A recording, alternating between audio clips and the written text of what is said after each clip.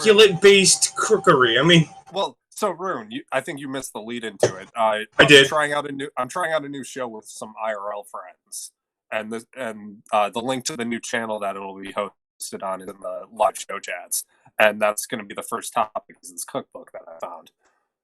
So it's going to be called Ayrton's Creamy Surprise. Got it. No, the show is called The Cringe Corner. Right. Close enough. Because I love alliteration. Yeah, close enough. Because I love alliterations. I mean, Cum Corner. You spelled both of them with K's, and you got something going on. Yeah. I'm not doing that. Why didn't you come to the Krispy Kreme corner? Guys, aren't we supposed to be live now? We are live. Oh, we are. Yeah, no. This is the cold open. Yeah. What's that sound? It's a cold open. I mean, that sounds like a warm open to me with what you were talking about. The Cum Corner?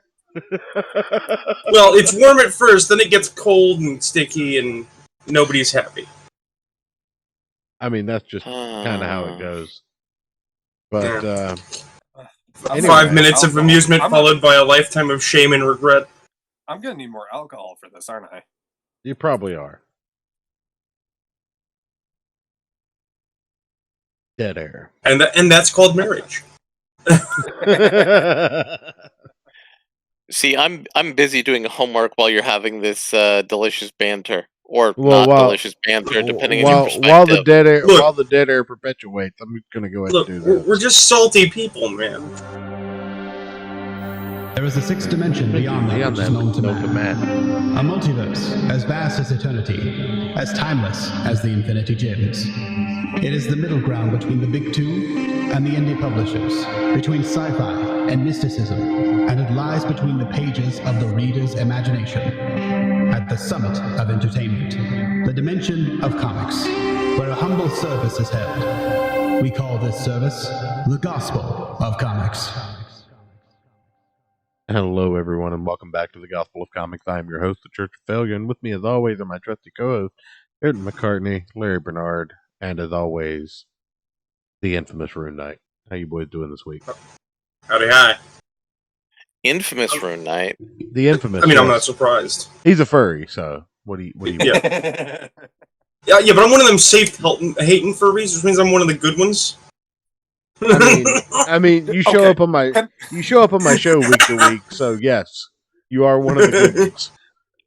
Can I just say that I hate myself? No, you may not. The fact that hold on. That I know and understand the different levels of furries, from Rune, who likes the aesthetic and the art, to the degenerate zoophiles and the in between and how it progresses. Because I had to explain that to somebody today, and I hate myself that I know all. Doesn't that make you less of a person? I mean, at least 1/8. RuneKnight, weigh in here. Didn't you also tell them about the Nazi furries? I didn't get that far. Well, in first, yes, it does make you about 1/8 of a person. So now you know what your voting power is. In the second, you're less than a black person during slavery. Good job. But in the second, no, that's the thing, man. Just like comics, just like movies, just like anything, the outsiders, the judgmental Puritans, assume that it's all a monolith, right?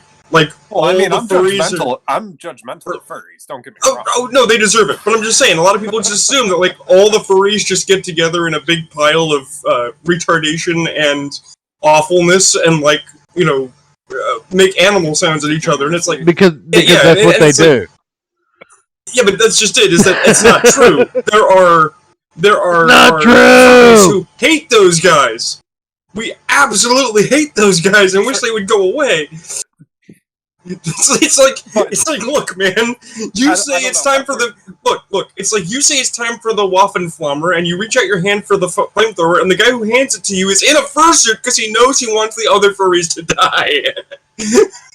But the fact of having to explain it to somebody, I wanted to go take a nap on I-75. But not the furries. But not the furries who run Discord. They're the good kind of furries. Really? I don't know. They allow this show to take place, so yes. I mean, hold up. You didn't know that they were furries were the main admins and mods for Discord at an upper level? I mean, I'm not fucking surprised. They're also tend to be into cub. Okay, well then they gotta die. Yeah, sorry, you're I'm gonna trying to start my shotgun over here. Couldn't you tell that by the font choices of the Discord logo?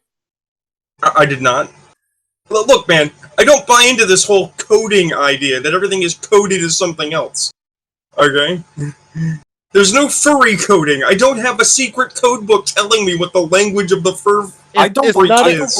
Rune, it's not a code. It's the fact that the font choice for the new Discord logo could only be chosen by someone who thinks... Yes. Look, it's a time for choosing. It's a time for choosing. Okay, I've had a fair amount of bourbon, and I haven't even gotten into my diatribe. Always cheesy. Chosen. Chosen's a goddamn word. You know what? Fuck you. You know what? I will fight you. Look, you're gonna fight me in real life. IRL, motherfucker. In the show's history, 2.5 years. Church. That's right. We're gonna poke our penises at one another and see who wins. But Church, when your word slur, I at least know that it's rub our nipples on each other. Oh Jesus. Church, at least when your word slur, I know that it's alcoholism. Okay. You'll have to dodge my penis, Ayrton, and yes, Rune, I know what you're saying. I know people who they use the word "tooken" instead of "taken," and that's not faking. That's really how they think you're supposed to say it. I meant chosen. However, yeah, exactly. What I'm getting at. Sorry, it's been a long week. I'm in a mood today. Well, we'll just talk about it. That's fine. You can talk about it. Oh no, just lots of crackheads. So I'm just extremely sarcastic right now. Oh well, good. Yeah. So thank you, Ayrton. You've reminded me. Now we're gonna have to talk about that piece of shit too. Well, go ahead, because I have no idea where I was going with chosen and choosing. Well, first of all, I got so sidetracked off of that. So before we get into infinite side quests, I gotta ask seriously, what is with this title of the show? Oh well, I've just been doing something new where I titled the show an intro from a different '80s era popular television show. Okay, so this is the story of how my mom met my dad, and then there was me. It's not actually getting graded down. This is a story all about how my life got flipped upside down, and I'd like to take a minute and just sit right there and tell you how I became the prince of this town called Bel Air. Okay, so, but this is not actually your comics getting graded in some infernal reverse structure. No. Grading services are over a year out, so I'm not about that life right now. Okay. I disagree, because after reading the comics that we're doing for next week, this is certainly graded in an infernal structure. Well, we'll discuss that next week. Well, who knows? Maybe over time I will come to agree with you. IDW Transformers is a different beast, but I'm gonna go into it with an open mind, and I'm gonna read it. But you see, I had heard IDW Transformers was actually good. That's what I heard too. I have never been more disappointed in reading an IDW comic book before. You didn't read their hamsters books then? Well, no. Ayrton and I did. We're used to that disappointment. No, that was Dynamite. Was it Dynamite? Yeah. Aren't they the same company? No, they're separate companies. So there's Boom, which is basically a rip-off of Dynamite. Yeah, Boom has had some good stuff in the past, I read from them was 2 years ago. Never mind. And they have a very...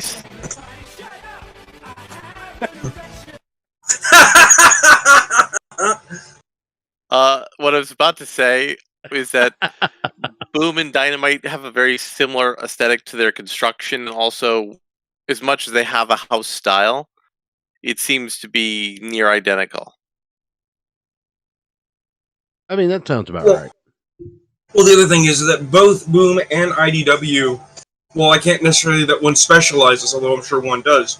They both have a lot of licensed properties, as I recall. Yes, though And that doesn't help. that's Boom, I think- Dynamite, and IDW are all licensed whores. Yeah. I mean, I can't fault them for getting Well, licenses, especially if they sell. Dynamite had the license for all the Pulp Era heroes, right? I mean, Like the Spider and the primarily- Shadow, and I mean, no, fucking, actually, all those guys are like public domain, bro. Look, right? no, but they have they're they have the owned. modern license for them. Yeah, the license is owned, even though the characters are reasonably public domain, because most of them are actually owned by Warner Brothers, who license them out to other people. Right. So you see, it's like with Tom Cruise's War of the Worlds movie. It is actually a prequel to the Killraven comic book movies because that way they can hold the IP over it. Yeah. Because the actual stuff that War of the Worlds is based off of, all in the public domain. Well, Well, this yeah. is pertinent, of course, because I'm sorry, guys, whoever you are, wherever you're at, you're never going to be better than the Dark Horse Shadow comics. You just aren't. Just stop. You mean the Just- Dark just- Horse Star Wars comics? But yeah, No, also true. Like Marvel, please stop making Star Wars comics. You're bad at it. Give it back to Dark Horse. They know what the fuck they're doing. Hold up. The original Marvel Star Wars comics were decent. Right, but that was how many decades ago? Under what creative team? Yeah, the new guys. The new guys should not. Jim No, I mean, Lee it was a part more of it. than it was more than 2 decades ago. It was happening concurrent to the actual movies. Look, Yeah. I'm 30 something years old. I live in the past. Fuck you.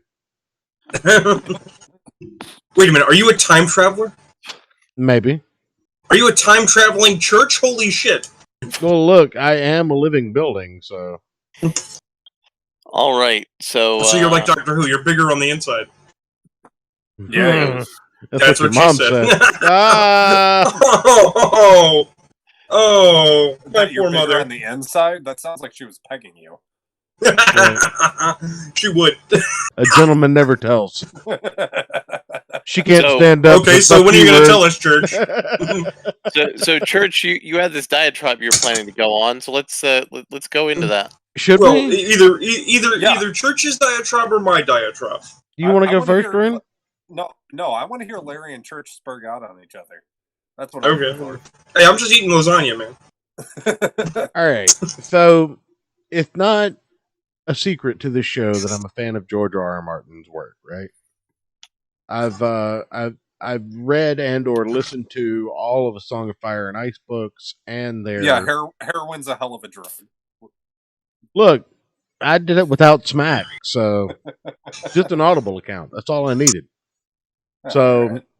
I've read all the Song of Fire and Ice books on audiobook, and That's right, guys. Tonight's all Church of the- Failure is brought to you by Audible. Audible that makes the things you want to listen to. Audible. sponsor this goddamn show, you pieces of shit. What's wrong with you? So also I've read all the auxiliary material, which means a Knight of the Seven Kingdoms, or whatever the fuck is a Hedge Knight Tale, whatever the fuck Duncan Egg was. All those 3 stories, and Fire and Blood. Okay, and George R. R. Martin also penned a little story known as the Wild Card series, which is like 21 books deep.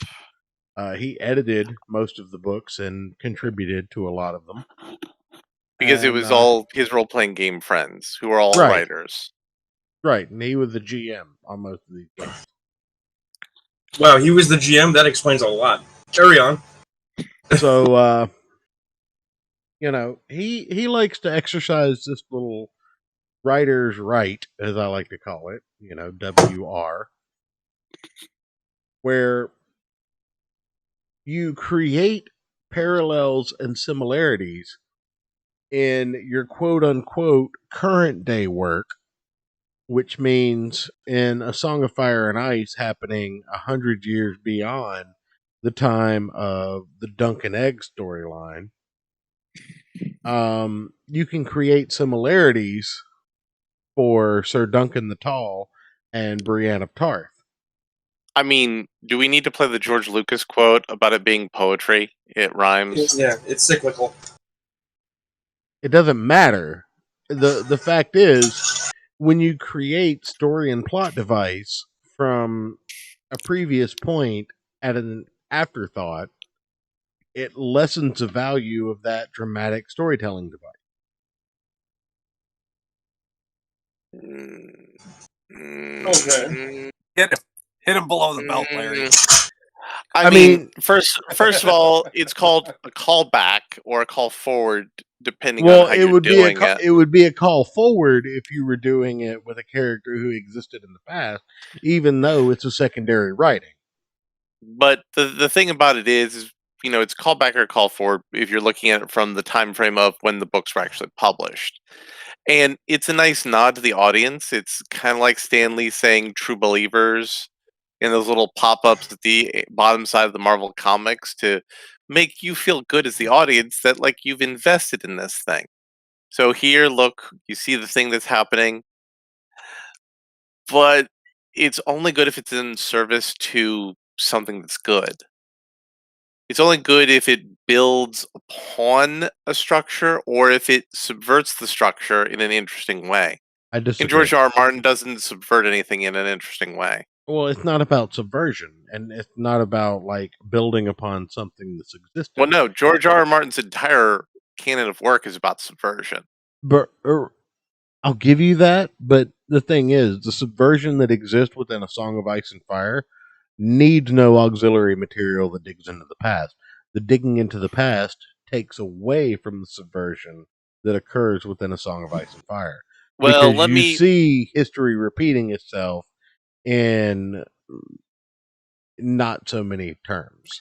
So let me give you a counter example by somebody who is less of a hack. Did any of you play the video game Knights of the Old Republic 2? Yes. No. So the lead developer for that game, Gamer Nerds Rise Up. Nobody's talking to you, Ayrton. the lead developer of that game hated Star Wars. Not only did he hate Star Wars, he hated the Jedi. And not only You did he mean hate like the Jedi, current executives at Disney, right? No. He hated Worse? it. So what he did was he made a villain for the series that wanted to destroy the living Force and strip the Force out of all of the Jedi. And he made that villain have a compelling argument of why the Force is terrible, while the Jedi are terrible, and why the Sith are terrible, and they all need to get flushed down the toilet. And since this was a BioWare game, even though I think it was technically made through Obsidian and BioWare are still technically the same company, you have a Sith way to challenge this person, or you have a Jedi way to challenge this person. And both ways, you get to contrast, you know, the good of the Jedi and the quote-unquote good of the Sith against this person who just wants to nuke everything. And this was something set in the past of Star Wars, and it was clearly subversive of Star Wars. It also clearly had numerous callbacks to other Star Wars that happened in the future chronologically, and it was an excellent story. And let me give you another one, also by your boy at BioWare, called Knights of the Old Republic 1. It's about a guy who wakes up on a ship, kind of in amnesia, and he becomes a key part of the Jedi component to stop the Sith Empire. But then it turns out he was the one who created the Sith Empire. And it turns out he created the Sith Empire is because he wanted the galaxy to survive, and he saw the Republic as being weak. So instead of being like an evil villain to Snidely Whiplash, no, he culled the weak and saved the strong.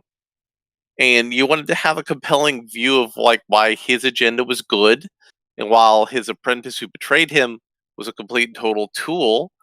And you know, you're with him as he makes the choice to embrace the light or the dark. So you see, when somebody's not a hack, you could do something in the past that of a story's narrative continuity that tells meaningful stories that comes out. And let me give you another example, also using the Star Wars. The Jedi and the Sith were at one point in time in the canon of the expanded universe a single religious order, and they had a schism and a split. And what you could do is you could tell a compelling story about that moment, about the beginning of that war.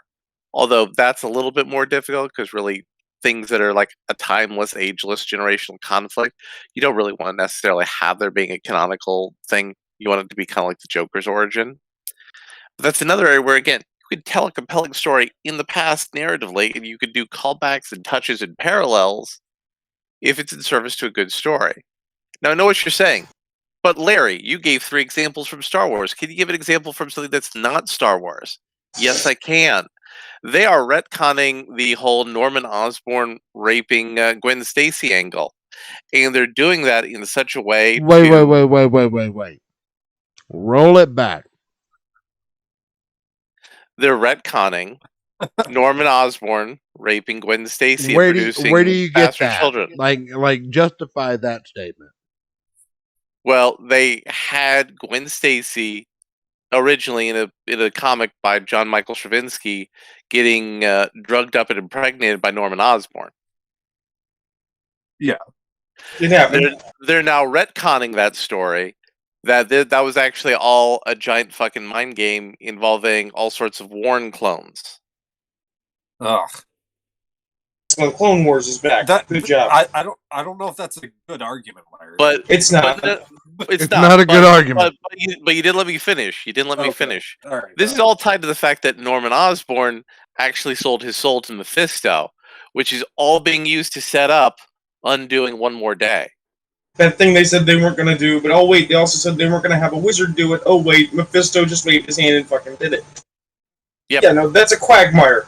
The thing is, Larry, is you're both right and you're wrong, and Church is both right and wrong because you're missing an intermediate step.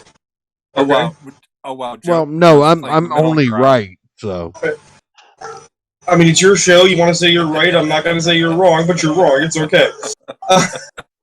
The thing is that I just want that on the record. Church is correct insofar as written material should be read. Whether you like Game of Thrones or not, it's irrelevant. Whether you like Song of Fire and Ice is irrelevant because these are things you read for pleasure. If somebody enjoys them, that's great.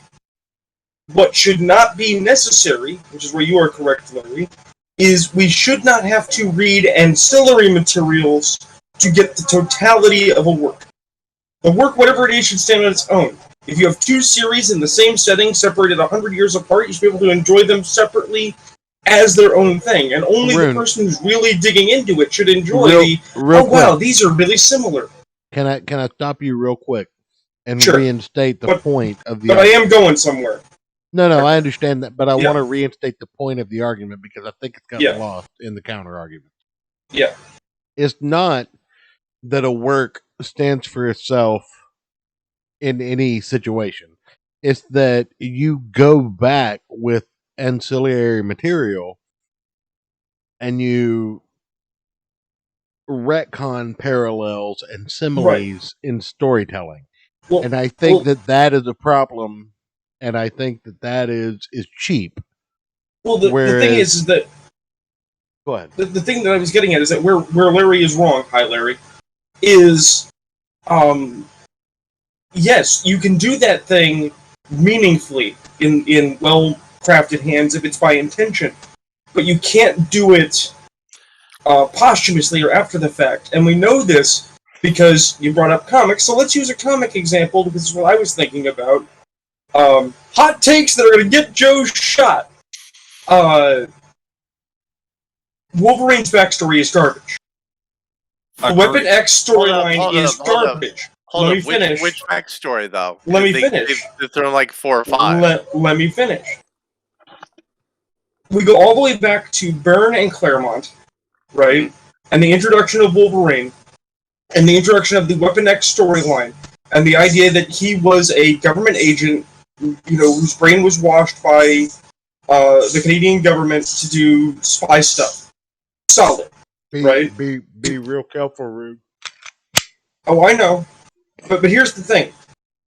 If anyone in administration outside of comic tells you, oh, we had a plan, oh, we knew where we were going, that there is some kind of tack board in Marvel Studios on the wall with red lines going all over the place, connecting all these disparate threads, and they honestly knew every step of the way what Wolverine's backstory is, they're a filthy liar.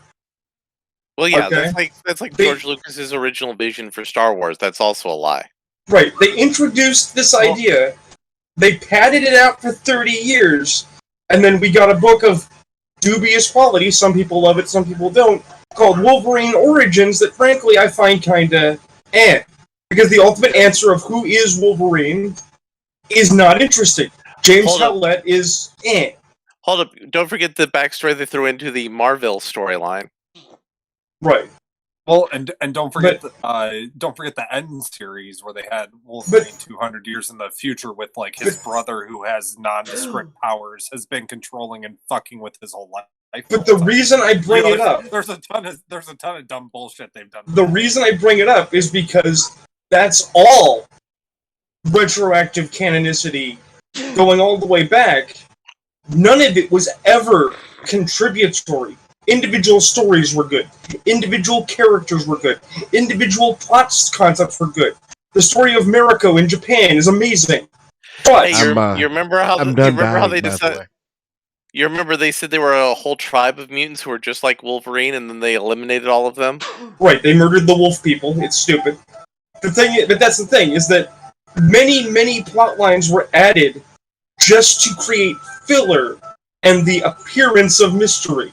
There was never a intent at some kind of positive canon. Yeah. The only place I'll disagree with you on, Rune, is the first was it 2 or 3 issues of Wolverine Origins where it shows him as a child up until where he gets to the logging town in Western Canada. Up until that point, that was pretty interesting. You mean the point where there was promise and you thought, wait, this might go somewhere? Exactly. No. You realized, you don't understand. Not going somewhere. No, you guys don't understand. The fact that I haven't stopped sneezing since the segment began means that it's all bullshit and bad for you because it's the only thing that I'm allergic to this degree. So Wolverine Origin was just fucking terrible, and no one should defend it in any regard. I'm not. No, I am going to defend it. Those first 2 or 3 issues, those were. You're the reason I'm sneezing. Fuck you. I would say they were compelling. You at least thought maybe they're going somewhere with this, but they aren't. It's Wolverine Origins. There's nowhere to go. Here's the thing, guys. Compelling in the sense of seeing him as a character as a young, prepubescent teen coming into his powers. That was compelling until that point where they fucked it in issue 4. But then here's the other thing of it, guys. Okay, because what we're talking about is the interconnection between primary materials and ancillary materials. Well, if we're gonna say Wolverine Origins is not so good, or Wolverine's backstory in total is not so good, we have to say, well, why did people even think that Wolverine Origins was a good idea? Why did we need this ancillary material to tell us Wolverine's origin? And the answer is because a little book that came out before that, by about 10 years, that was the origin story for Apocalypse. People thought the origin story of Ensa Ba-Nur was going to be earth-shaking, and it's like, no, there's no surprises there. Oh, wow, he was an Egyptian slave. Oh, wow, he got powers. Oh, wow, he went megalomaniacal and turned into a shithead. So you mean exactly like he's always been the entire time. You see, there were 2 interesting elements to Apocalypse that they could have built something out of, but no, they didn't.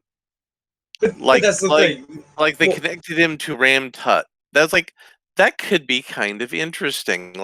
Maybe Kang/Ram Tut takes this dude around in time, and that's why he starts to get, a survival of the fittest boner.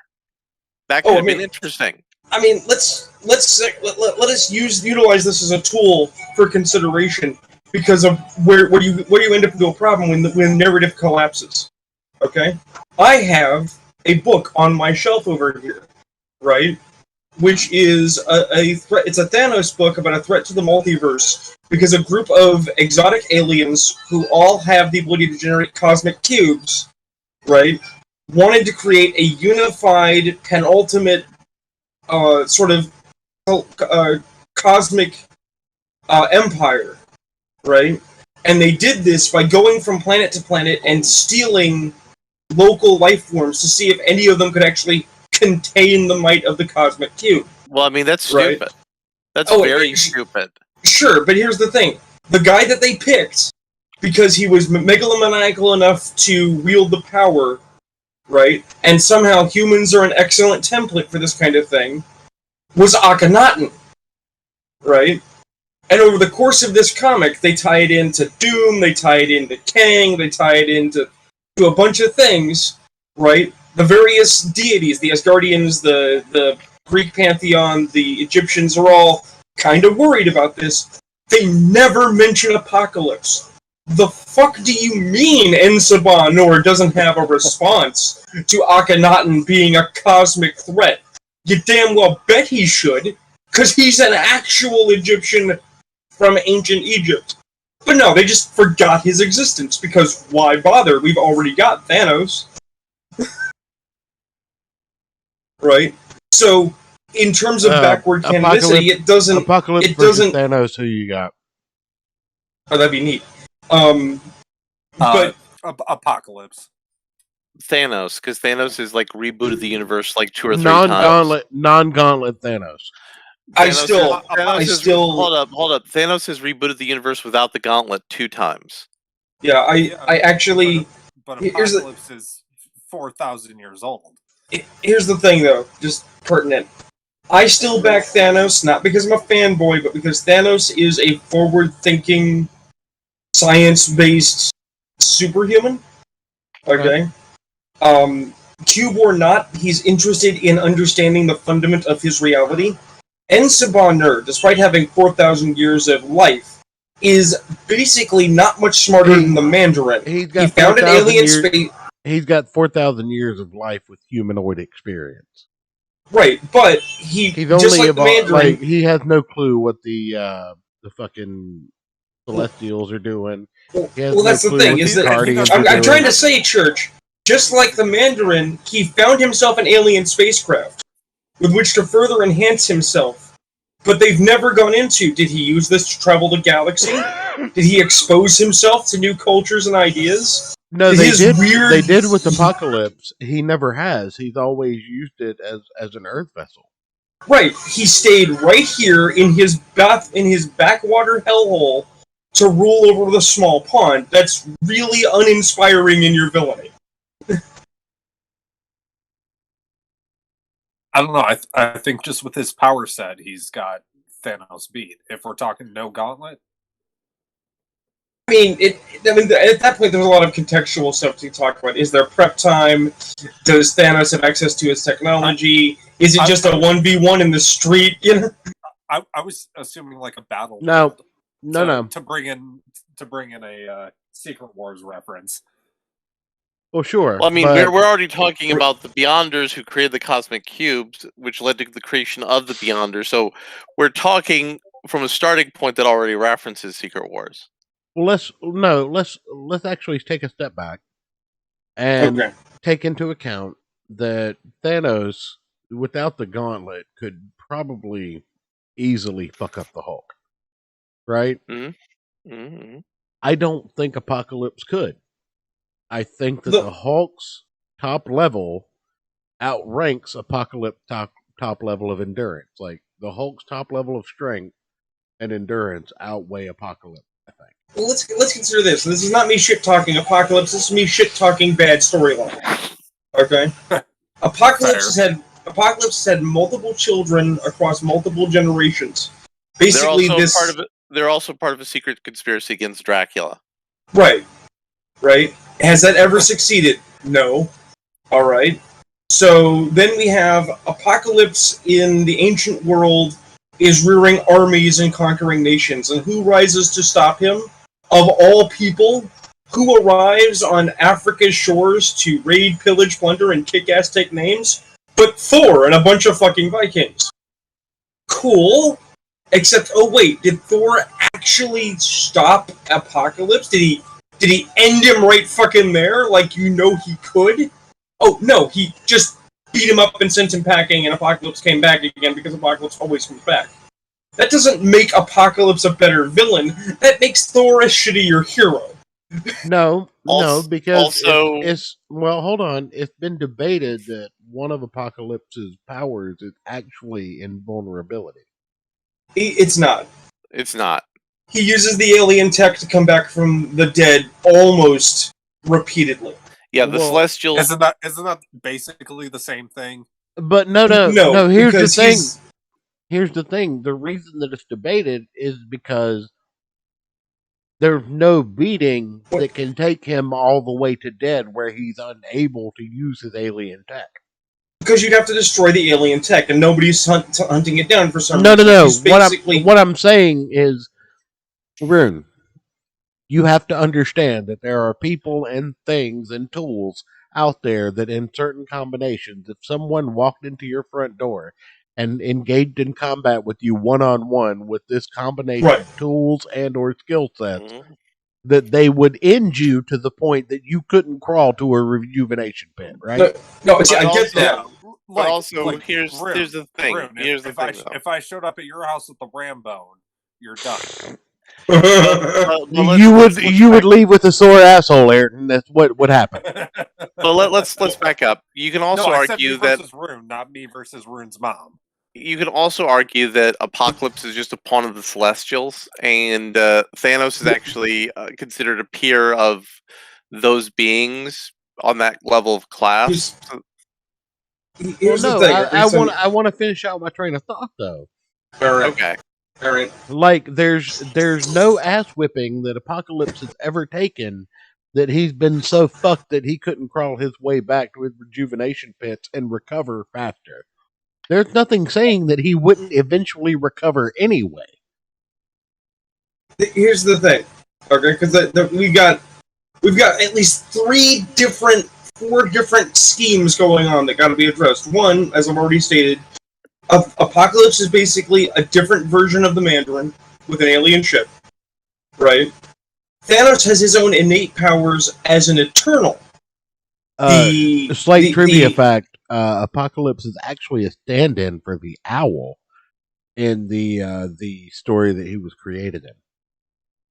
Sure, Which was but an my point X-Factor is book, that not an X-Men book. he's one of a small pantheon of immortal mutants. So he's already timeless in age, and all of those mutants are described as being virtually indestructible innately, but they have... It's on paper they have actual weaknesses. They can be destroyed.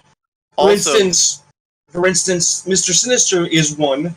He evolved himself into that status, but he can be outright killed by Cyclops.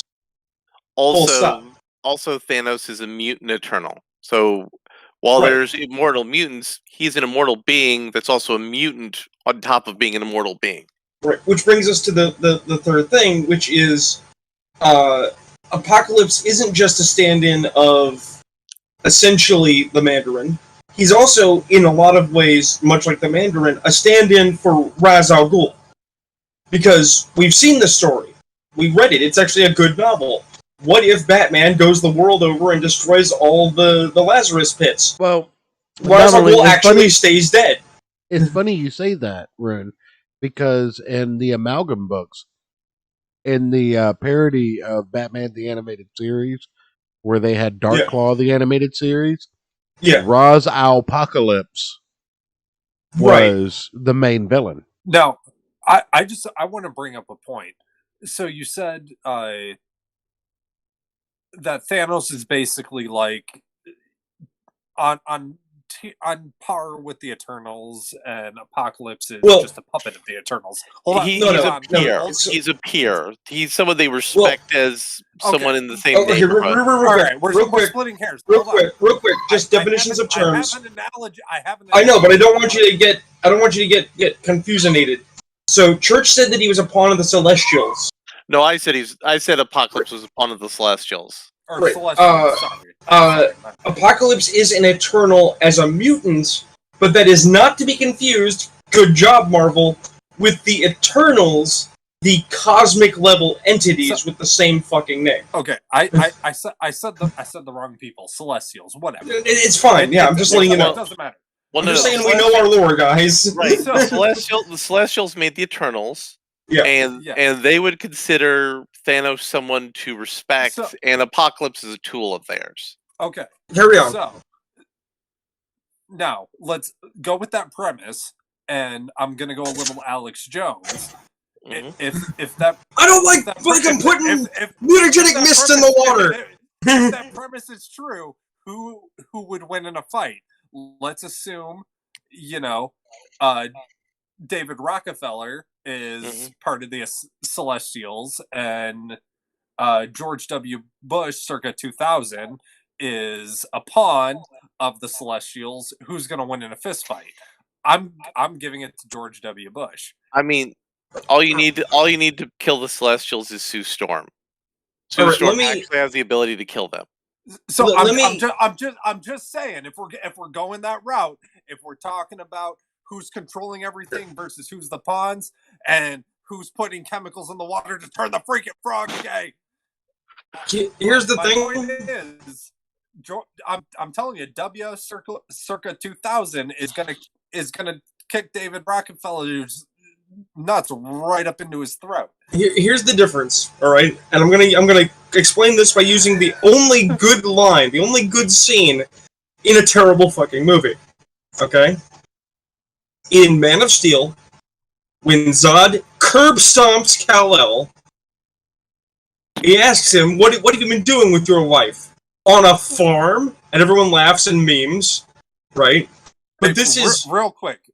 Okay. Is it racist if I say Man of Steel was super gay? No. But here's the thing, right? This is also in practical correct. Even if it's cynical, it is true. Kal-El only edges out Zod in power due to his long-term exposure to the yellow sun. Zod is a lifetime combatant in hundreds, perhaps thousands of battlefields, and a trained soldier with tactical knowledge and logistical training. Zod would curb stomp Kal-El, who's really fighting with his arm behind his back. Alright? In that same way, Apocalypse, undoubtedly powerful, I'm not going to pretend he's not, and still brilliant. Malevolent, megalomaniacal, brilliant. You don't do the things he's done without being a genius. But he is enamored of his own power. The own absolutism of his power. He's drunk on it. He doesn't think beyond, I am power and I have ability. Thanos, for all of his problems, megalomaniacal, narcissistic, nihilistic, murderous, what have you, is Thanos copter, is first and foremost very much aware of the fact that not only does he not have universal power, that's why he often seeks it, as a check against people who do that would fuck with him, right? But he is very good at manipulating other people's abilities. That's why Thanos can go toe-to-toe with Galactus, and they can almost kill each other, and it's nasty. It's because Thanos is a thinker, right? He's not obsessed with just his own power. This is also why books like Civil War II can go jump in a fucking fire. Because believe you me, She-Hulk, Captain Marvel, and Rhodey are not going to take down Thanos. Thanos had to be taken down by the entire Marvel Universe. More than once. You know, it's why Adam Warlock is a good fit for Thanos, because Adam Warlock has the ability to think beyond the immediate conflict. When Adam Warlock's not being a putz. But Adam Warlock has negative screen time. Yeah. So yeah.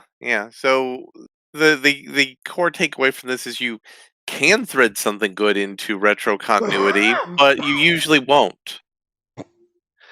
And doing a callback is good to pat people on the head who are invested, but doesn't make your story good. It just means that you're patting people on the head who are going to buy your product anyway. Well, not necessarily. I mean, from a writing perspective, callbacks are not bad. Most comics in the last 10 years have been patting people on the head who weren't going to buy them anyway. Right. The thing is any tool that, no matter how useful, can be used poorly or can be abused. If you're doing nothing but back-to-back callbacks, that's a problem. If you do a few coordinated, like focused callbacks, that's okay. I have a good tool that's been abused. Keep your tool away from me. Poorly. Nah, never. I'm going to say again, keep your tools away from me. Giggity. But, I mean, with that in mind, because thank you, Larry. We can segue to the thing I wanted to ramble about. I rambled about it a little bit on the message, and I'm still mad about it. It makes me grumpy. I talk to people. Exactly. No. I want to talk about a new show that's coming to probably Prime. I mean, I can look it up. I can find out. What show is it? We're going to get to that. I want to give you the context of this program first, because it's very preliminary. It could be good. If it is good, I'll watch it. I'll give it a shot. My interpretation is that it's basically Buffy the Vampire Slayer for inner city youth. Oh, this show. Persons of color, yeah. On the Chupacabra Slayer? Well, here's the thing. Your opinion, man. Thanks. A young person of color woman is attacked by a homeless dude who turns out to be a vampire. Holy shit. And now her and her friends, a group of plucky teens in the inner city, must deal with the growing vampire plague. And I actually think that this is, construction-wise, as far as tools, an amazing idea. Not just because, hey, Buffy worked, there's no reason it wouldn't work in other contexts, but the vampires seem to be a stand-in, an allegory, for not just the dangers of, the homeless, but, the meths and crackheads and gangbangers. And it's like, yeah, that... Oh, shit. Yeah. Here we go again. Right, that makes sense. The problem is that the woke creation team has this propensity for cutesy fucking names, right? We're gonna be halfway racist, but we're gonna be funny, so it's okay, right? I want to find the guy who said, let's call the series Black as the Night. And I want to take that guy to South Central and have him defend it to a bunch of black people on the street. I mean, that guy will not fuck out. That's not even hard to do. It's like, listen, bro, it's a callback to blaxploitation films. You just got to find that guy and tell him. You're fired. Yes. Thank you, Donald. Are you having fun with the bot today, Church? Well, the other bot's dead, so I'm abusing the one the other we bot's still dead. have. But, you defend it by saying, oh, it's a callback to blaxploitation. Because that's what it is. But the thing is that if that was the case, there's a different advertising style they use that they didn't do. They didn't say, it's Black Dynamite with vampires. They presented it as modern sitcom, right? With this really unfortunate name. And it makes my face hurt. It makes my teeth hurt. Alright? Because makes my dick hurt. I mean, possibly. You ain't seen this chick in the lead. Maybe you like that. I don't know. But the thing is I'm an edgy little goth, and I'm grumpy. I'm grumpy about goth material looking like shit. I don't like it when they fuck with my subculture. We barely survived Twilight. My culture and heritage. Yeah, really. We barely survived Twilight. I don't want to be gearing up for the next debacle. We didn't survive Twilight. We got 50 Shades after it. Yeah, no, not creepy. It's not creepy enough. No, it's not creepy enough to be a 100-year-old vampire. Hold up. So now I'm a dom telling you how many bees that's different. Hold up. Church. Don't you remember they did a gender swap of Twilight? Wait. What?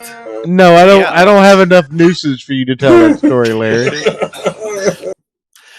I mean, admittedly, Can somebody bring me a whole pack of cigarettes to smoke right now? Wait a minute. I'm gonna go smoke a whole pack of cigarettes. Wait a minute. So. It did give us the funniest knockoff ever. Because if you haven't seen Last Vampire on Earth, I advise you, go watch Red Letter Media's review of it. Yeah. So funny. But I have AIDS. but here's the fun part about We the know. the gender swap of Twilight. Stephanie Meyer was behind it. Of course. Well, Do you know what Stephanie Meyer's nobody's behind contribution is? Stephanie Meyer, so what do you expect? What was that one about the girl who had like the alien hybrid inside her? Yeah, her follow-up was, I'm going to do Twilight, but with aliens. And nobody read it. Because the joke is done, Stephanie. I mean, I read no, it. The joke was done when Sigourney Weaver did it. Yeah, but I mean, I read the book, but I read the book, but do you guys remember when Bush was a thing? Yeah. I'm not talking. Yeah, that's the 70s. I was just say, are you I gotta talking beat around the about bush like a status of 70s having born. I Bush make it or wish the- that you've never been born. I was gonna say, are you talking about the status of having Bush or the entertainer Bush? Yes. Yes. But here's the fun part: the gender bent Twilight, where they have a male, uncomfortable goth boy being lusted after by a hot vampire chick and a hot werewolf chick, shows how just completely terrible Bella is. The character. every single high school reject dream. I'm sorry. I feel personally attacked. Yeah, rights over this story. But every kid that never lost their virginity until late in high school or afterwards, just like, wait, what's the problem here? Here's the cherry on top of the sundae. No, the cherry is in the little boy. The cherry on top of the sundae is she did the first I book thought this was over a gender again. swap Twilight, not the story of the Vatican. She did a gender. Yes. She did a new Twilight book, which is her doing the whole first book from Edward's perspective. Yeah, because of 50 Shades of Grey. And it's not good. No, I want you to affirm that for the people, Larry, because you know it's true. Because 50 Shades of Grey did a fucking separate copy from the male perspective instead of from the female perspective. Then fucking Stephanie Weir went back and said, "Hey, I'm gonna cash in on this bitch again and write it from the other perspective." She actually wrote the story before that happened, but got a lot of pushback when the initial stuff was dropped because people were saying, "Isn't this kind of extremely rapey?" And then they read 50 Shades and realized they liked it.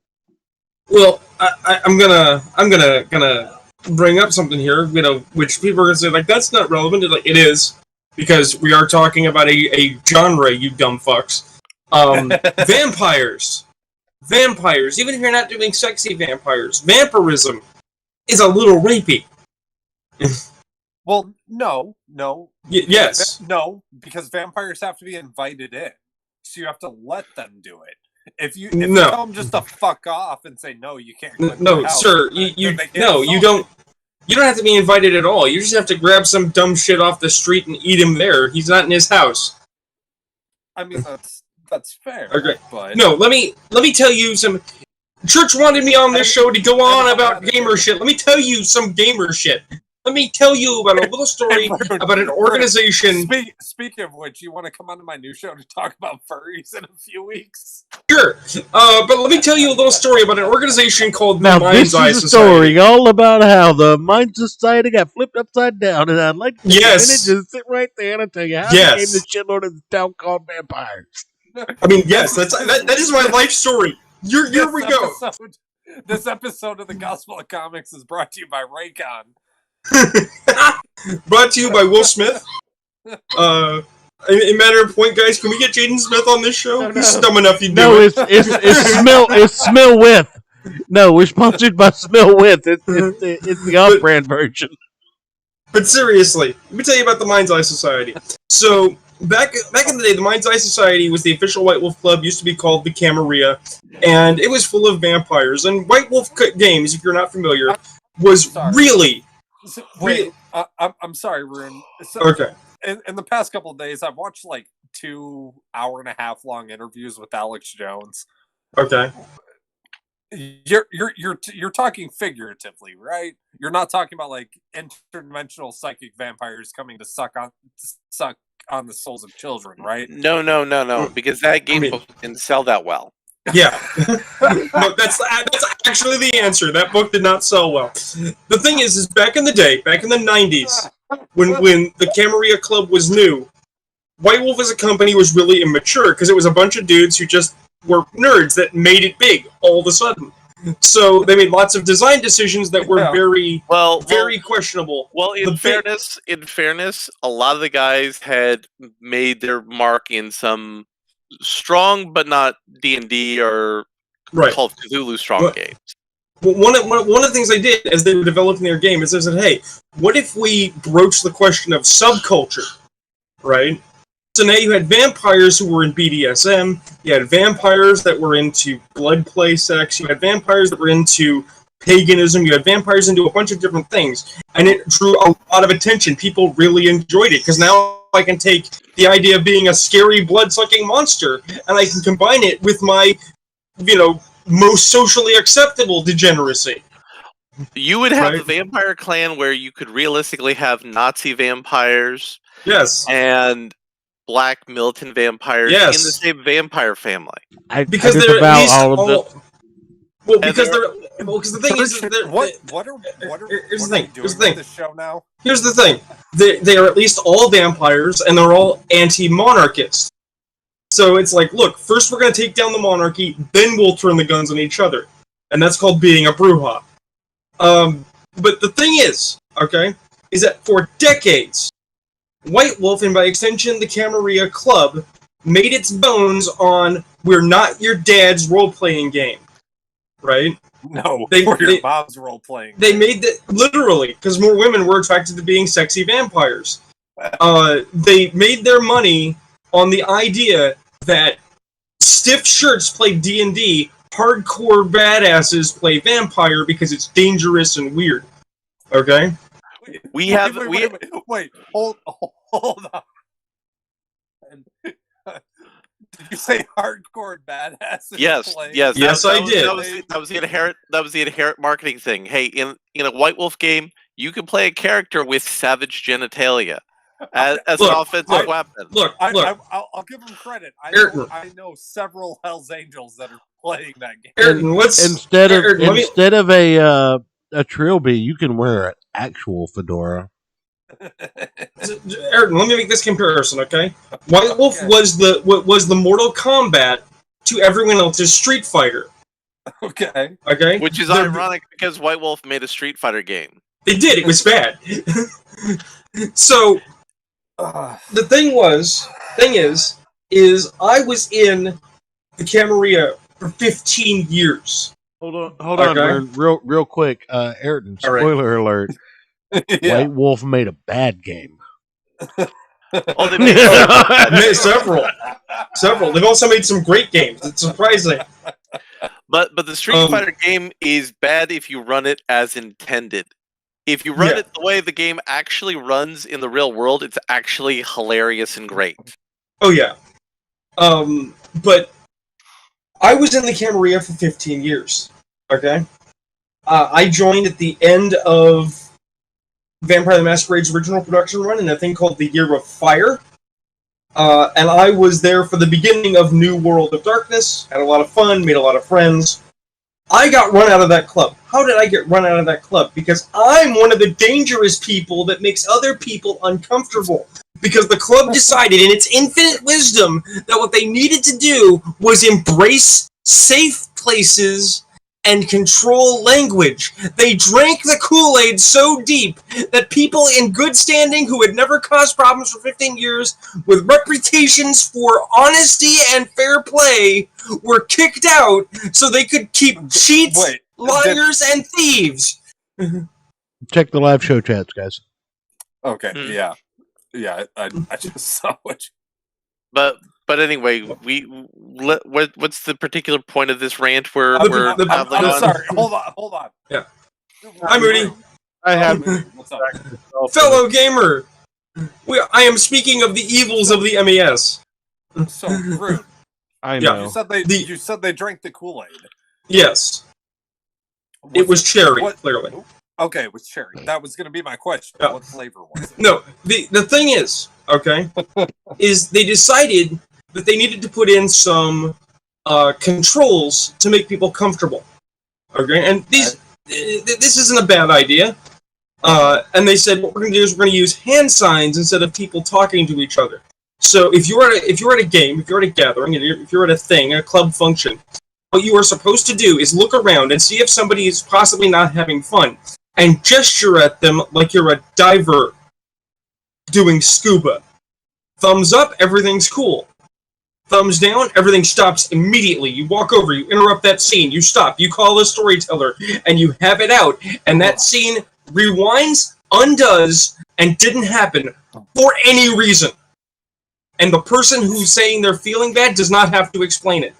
By the way, officially the Kool-Aid was flavored safety orange. Yeah, right.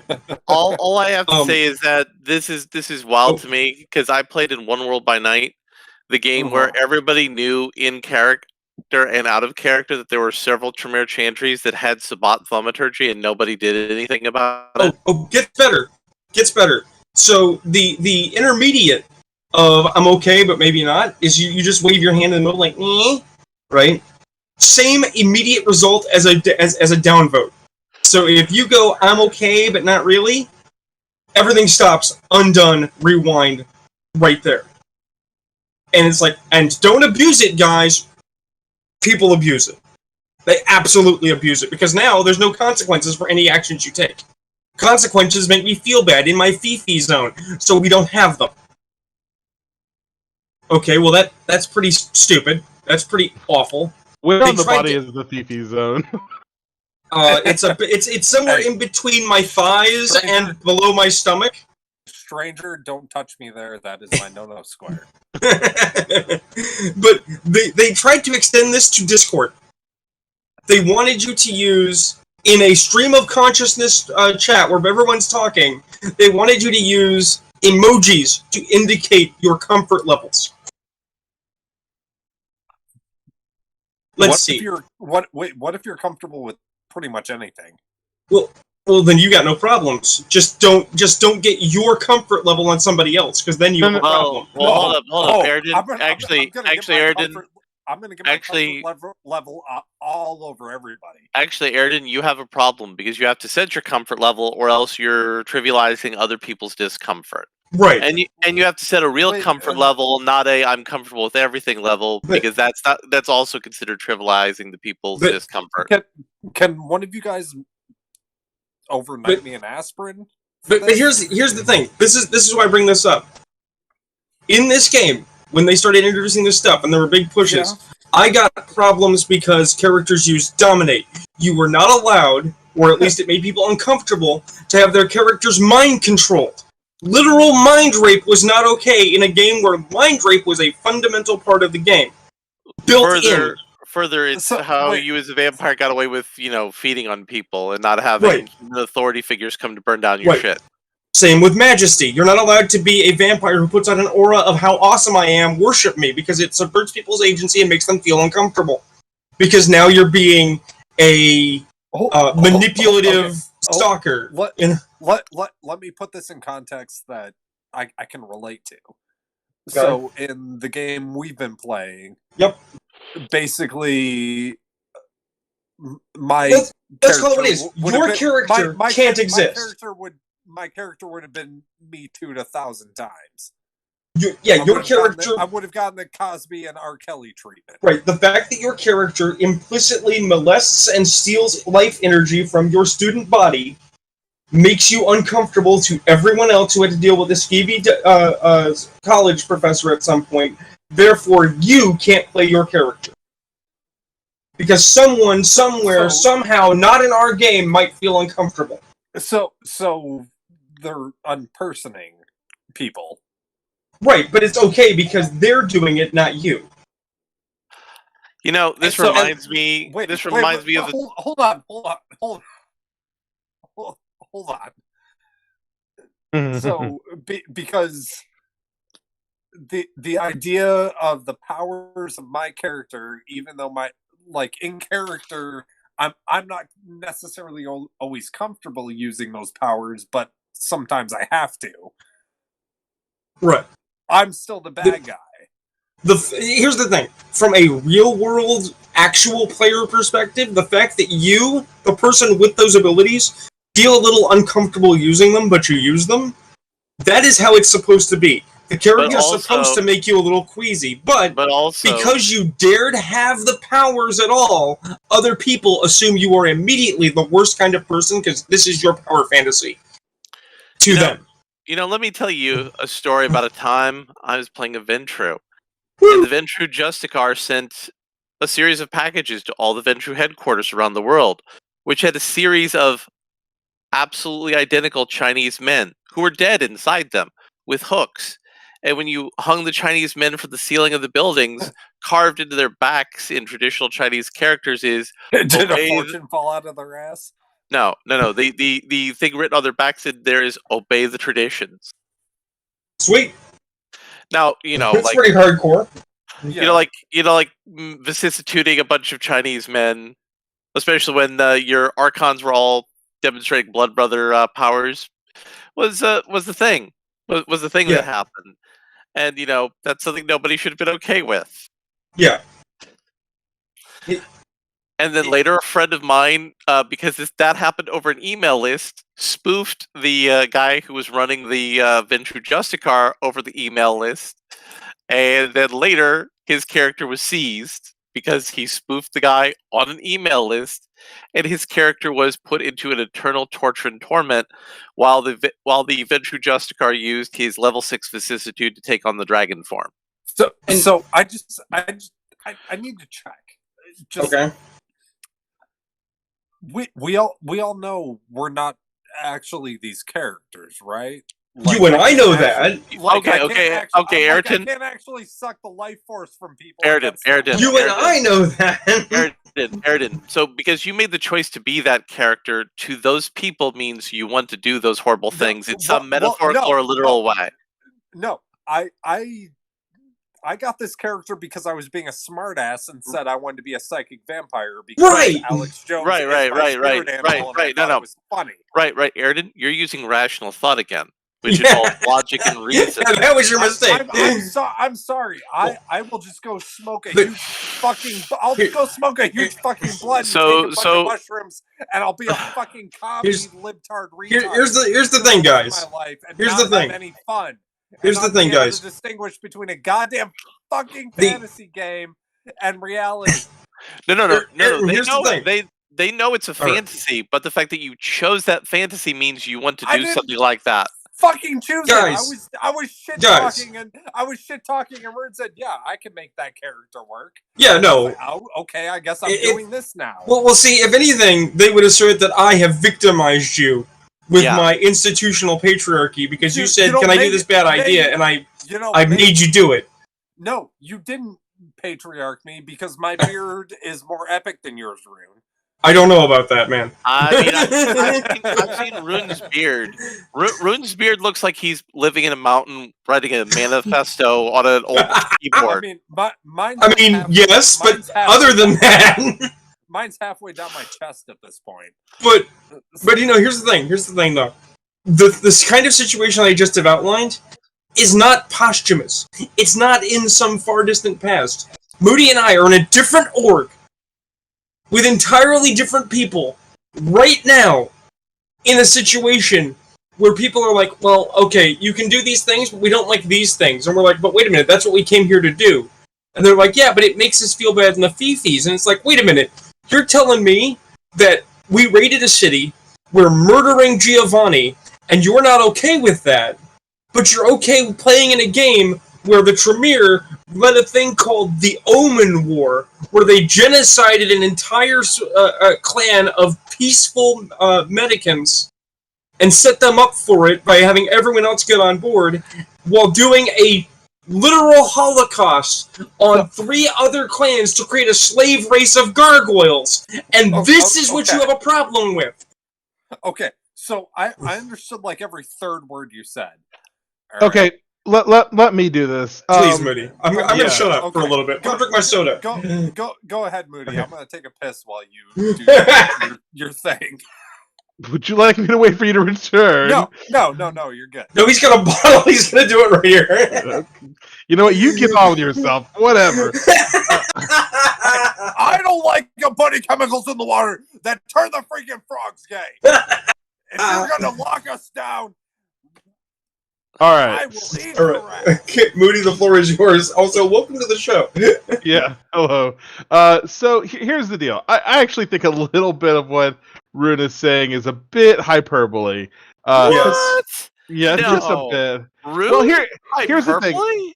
What? It does vary largely by different parts of the country. Like there's something referred to in the org as the Northwest problem. They have a lot of certain types of problems. wait a in other- minute. We are a Wait a problem. minute. How did Yeah. who let this guy in here? So You. God damn it! So wait a minute. Why do I So do wait a things minute. like this? So wait a minute. Are you saying that the fires in the Northwest are the final solution to the Northwest problem? I disavow. No. The No. fires are a final solution to the California problem. Now, I won't say that there's nobody like calling, scene stops in other areas, but it's not usually because you decide to put a stat in your character sheet. Frankly, nobody gives a shit what's in your character sheet unless it's something they didn't get to have themselves, which is more of a sour grapes issue. Yeah. They have a problem when you use it on PCs rather than NPCs. If you use it on NPCs, nobody gives a shit how uncomfortable that scene might be. It's not to their character. Well, you see, they don't have a problem with it until they need to make a shitstorm happen.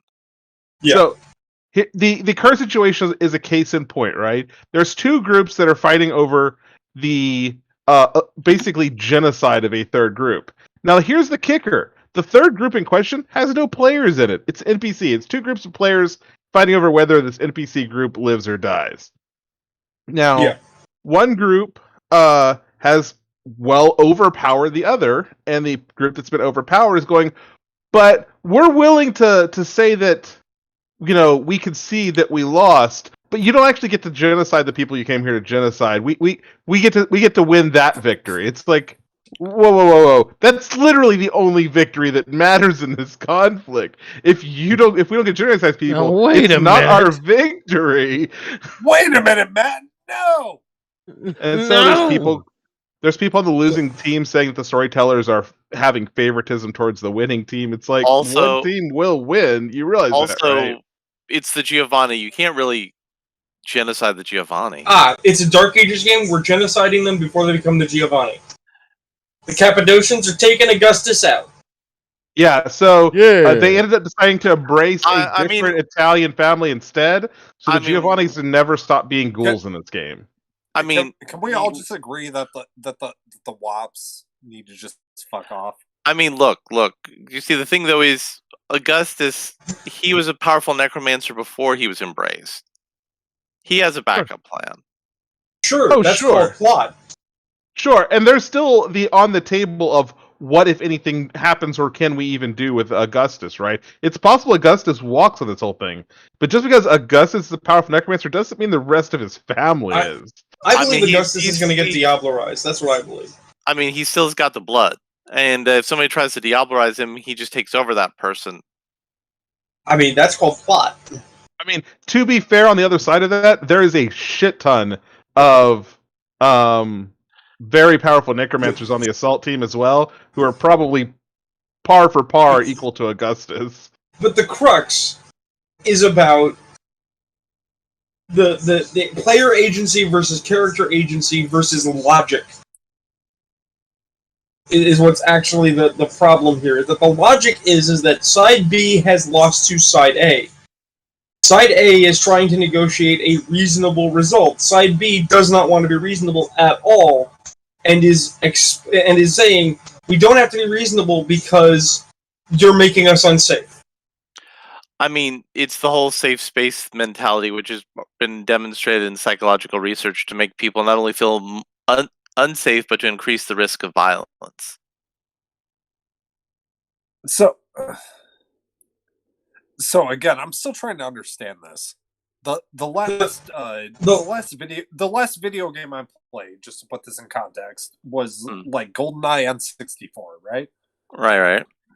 So, is it like racist or something for me to go around all right, shooting Ayrton, Russians with an Ayrton, AK-47? Ayrton, let me ask you: have you played GTA at all? At all? I haven't played it, but I've watched. You've watched it. All right. So here's the thing. I know you can slap around hookers and drive over pedestrians. Right. So here's the thing. Okay. Our gang is killing another gang. Yeah. Well, no, that's not what Ayrton's trouble is. Ayrton's trouble is something else. I know, but I'm getting to that. A third gang is in our way. We said, get the fuck out of our way. Let us go kill some dudes. They said, nah. So we started kicking their shit in. Yeah, right? Like you do. Right. And their response is to say, you can't do this because it's not fair that gangs exist as a concept. Okay?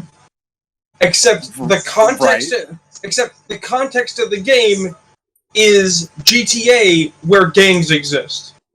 So what you're telling me is all these people live in suburban areas and have never been to like South Chicago. No. They want to have power, and they use every method in their hands to execute power against you. So if the outcome isn't to their liking, they use rules to make the outcome turn into their liking. Right. The thing is that if you took these people, they're Dianne Feinstein. The thing is, if you took these people and you dumped them in South Central and said, okay, guys, there's the Crips, there's the Bloods, tell them not to exist. Right? Right? Can we make a reality TV show out of this? They would say, that's not fair, and that's not reasonable, right? Because those two gangs don't have any reason to fight. Why do those two gangs even exist? Well, no. They would say that's not fair and unreasonable because you're suiting your white patriarchy over them, and they're just expressing their black culture and trying to defend their people. Right, because obviously in this logic, I'm a cop who's above a certain meridian in the city. Let's be super honest. Which is a different gang. Let's be very brutally honest here. The majority of these people complaining are not black. Yeah, no, they're not. That's part of the problem. No, they're not. Somebody drive over here with a pint of Jameson and a few hits of ketamine. No, but I did learn about an old timer from the 20s who they tried to kill by making him drink wood alcohol. Yeah. Would that be something you'd like? Oh yeah, I'll give that a go. Did it work? No. No, the wood alcohol actually didn't kill him because the guy who it just made him stronger. No, hold up. This is the fun part. So they gave him regular alcohol first to trick him into drinking wood alcohol, not knowing that regular alcohol actually protects you against wood alcohol poisoning. Actually, no, Larry, it's better than that. Grain alcohol neutralizes Yeah. the detrimental effects of wood alcohol. Yeah, so he already took his medicine, and then they gave him the poison. You can't kill me. I've been taking small doses of poison my entire life. So this guy was basically a homeless person. He was also an Irish immigrant who was Yes, an alcoholic. He was an Irish immigrant. And the fucking mob represent tried to kill him 23 times and failed. Represent my people. And when they finally killed him correctly, they had to bribe a doctor to fake the cause of death. And due to a series of shenanigans and rumors about this homeless person who wouldn't die after many attempts were done to him, the authorities dug up his body and found he was red as a cherry, which is, if you know how carbon monoxide works, a very clear sign of carbon monoxide poisoning. Had these guys not been cheap, and had they just embalmed him properly, that would have eliminated the carbon monoxide poisoning in his body. No, it's even better than that. So they were trying to kill him because they took out life insurance policies on him because he ran up too high of a tab in their bar during Wait a minute. Wait a minute. Wasn't this the actual like setup for a episode of Amazing Stories? Yes. Maybe. Holy shit! I don't know. But anyway, But this actually happened. He ran up such a high tab at this prohibition bar, right, that they tried to kill him with fake life insurance policies so they could get the money. They spent twice as much money on Hitman and all these schemes trying to kill him and kept failing that they ended up losing money trying to do a life insurance scam in the 30s or 20s during Prohibition. And his name was Rasputin. And that's exactly what I was saying. It's like Rasputin is a homeless person. No, fuck. I think it was Iron Mike Connolly, I think. Something like that. Fuck. Hold on. But they also fed him rat poison. They fed him broken glass and pieces of metal. No. Hold on. Not even that.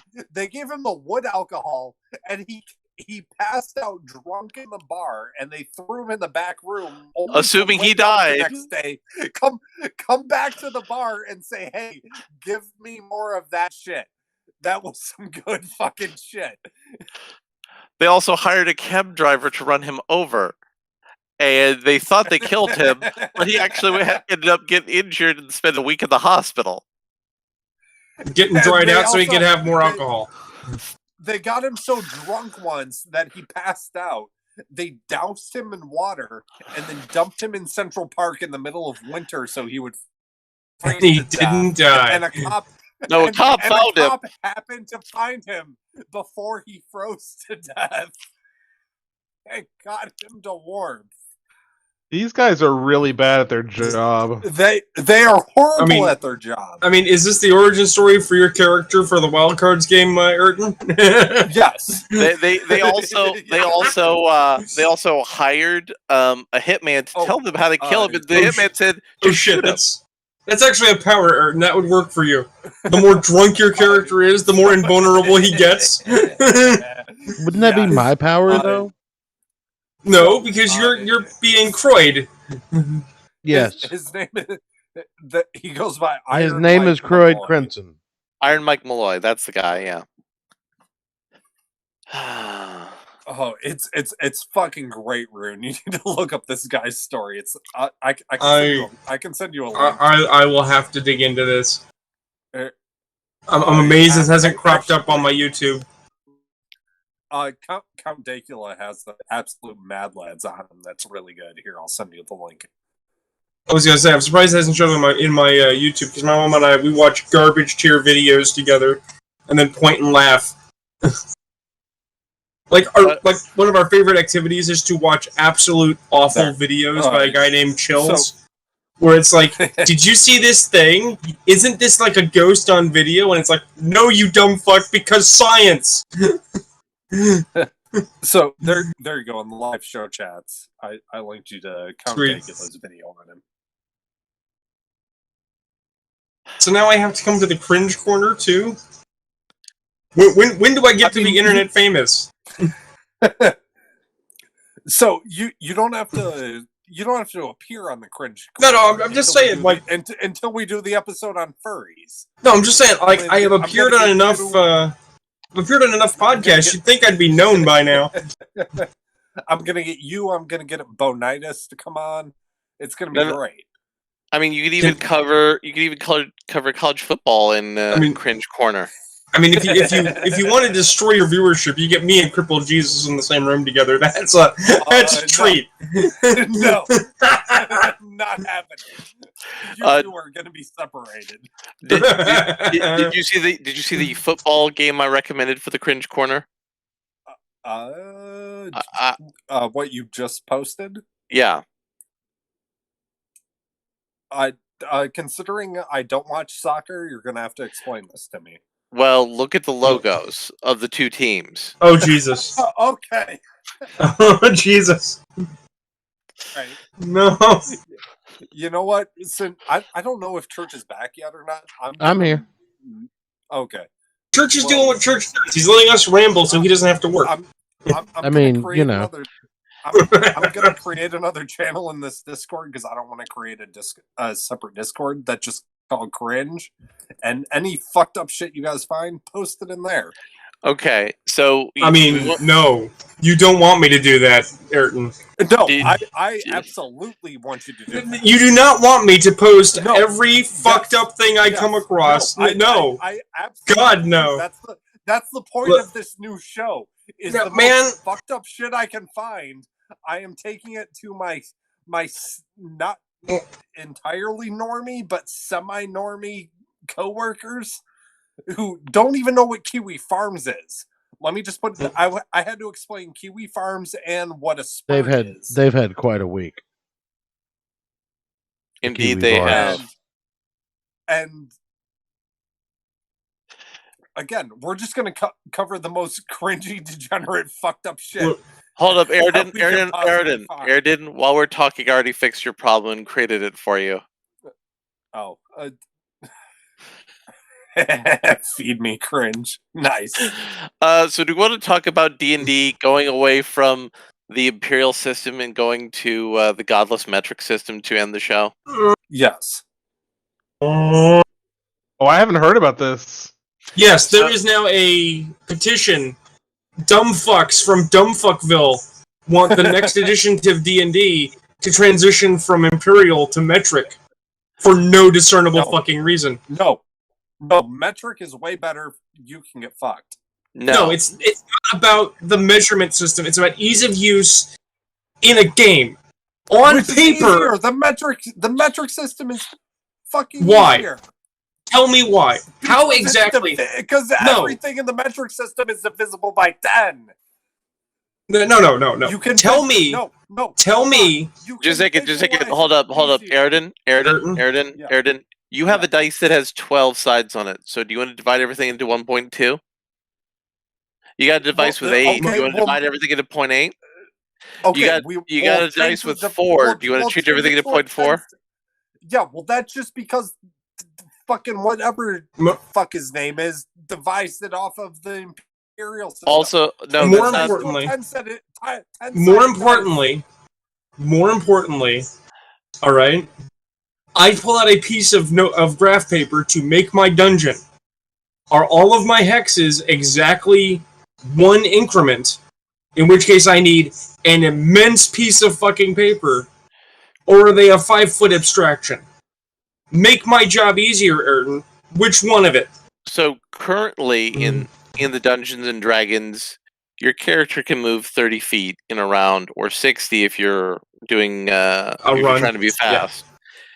So that means each 6 hex meters or 12 meters. Well, hold up. So that means each hex has to be 3 meters, right? Okay.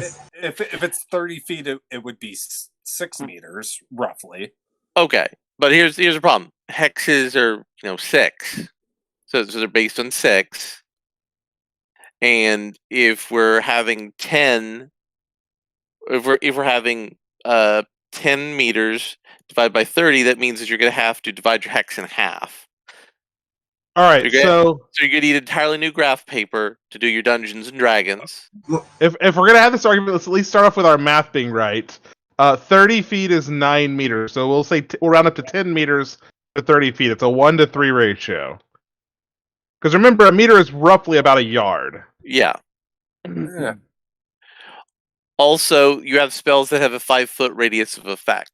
So how are you going to represent that on a graph with meters? On graph paper, on the table. See, here's the thing.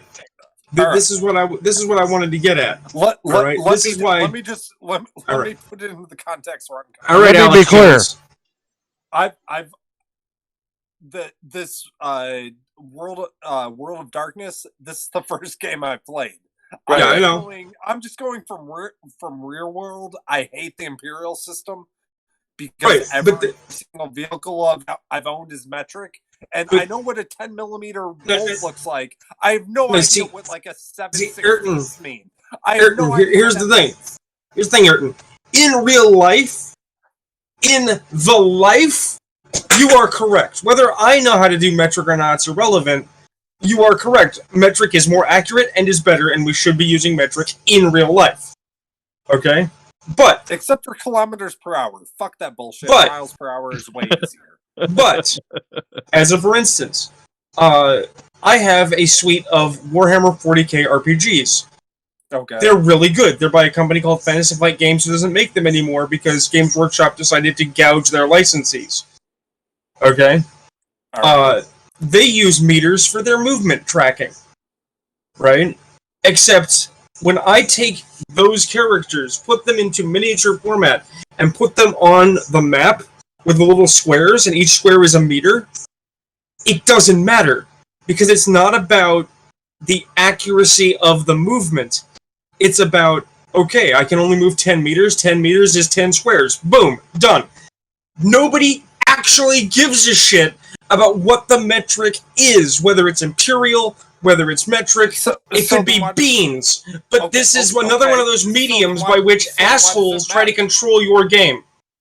So no, that's just it. What terminology they use is because why change it? How many squares? Because why change it now if you didn't have to change it before? Why was this change not made previously? Because no one gave a shit. It is the arbitrary choice to say we need something to be mad about, so we're going to stir this shit pot because nobody's buying into orcs are black and drow are gay. So what I'm getting out of this, Rune, is I'm viewing this in like, so if I'm physically like in the real world fighting somebody 2 meters away, that's too far away. Like I can't hit them with. I mean, with a spear, weapon. You probably could. With a spear you could. With a spear and sure. Sword plus arm reach you could.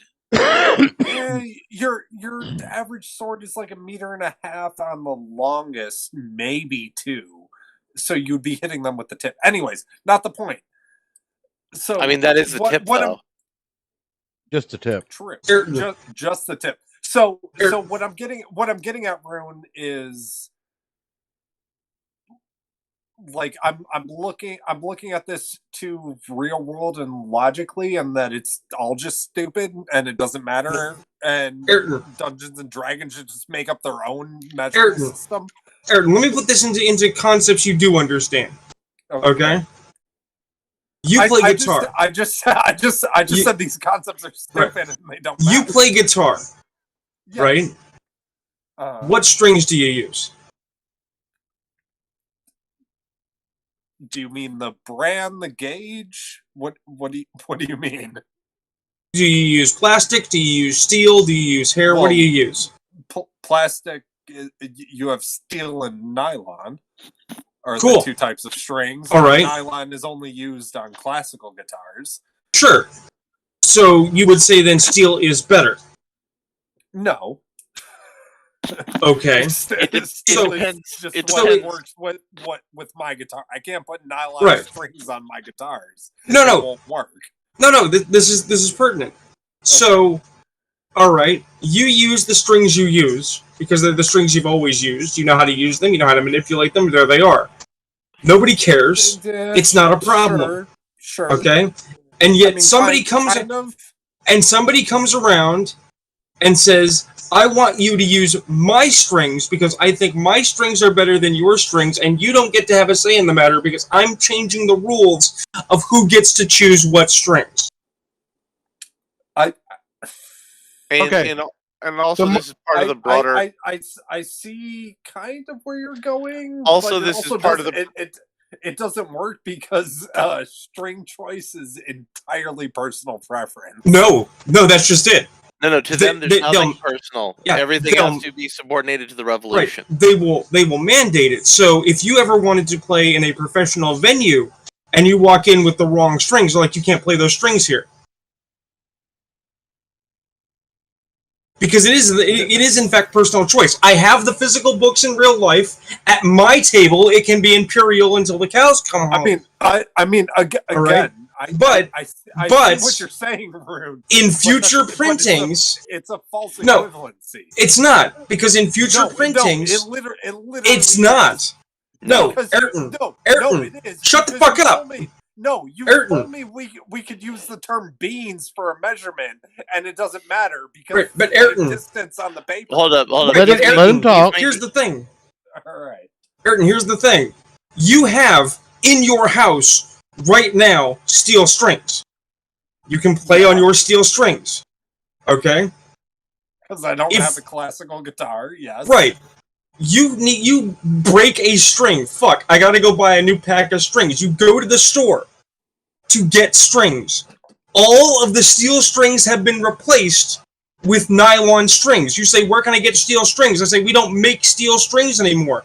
You say, why? They say, steel strings are problematic and inaccurate. We only make nylon strings. That's what they want to do. They want to take the book and change the book so that the book only has metric measurements now for all time.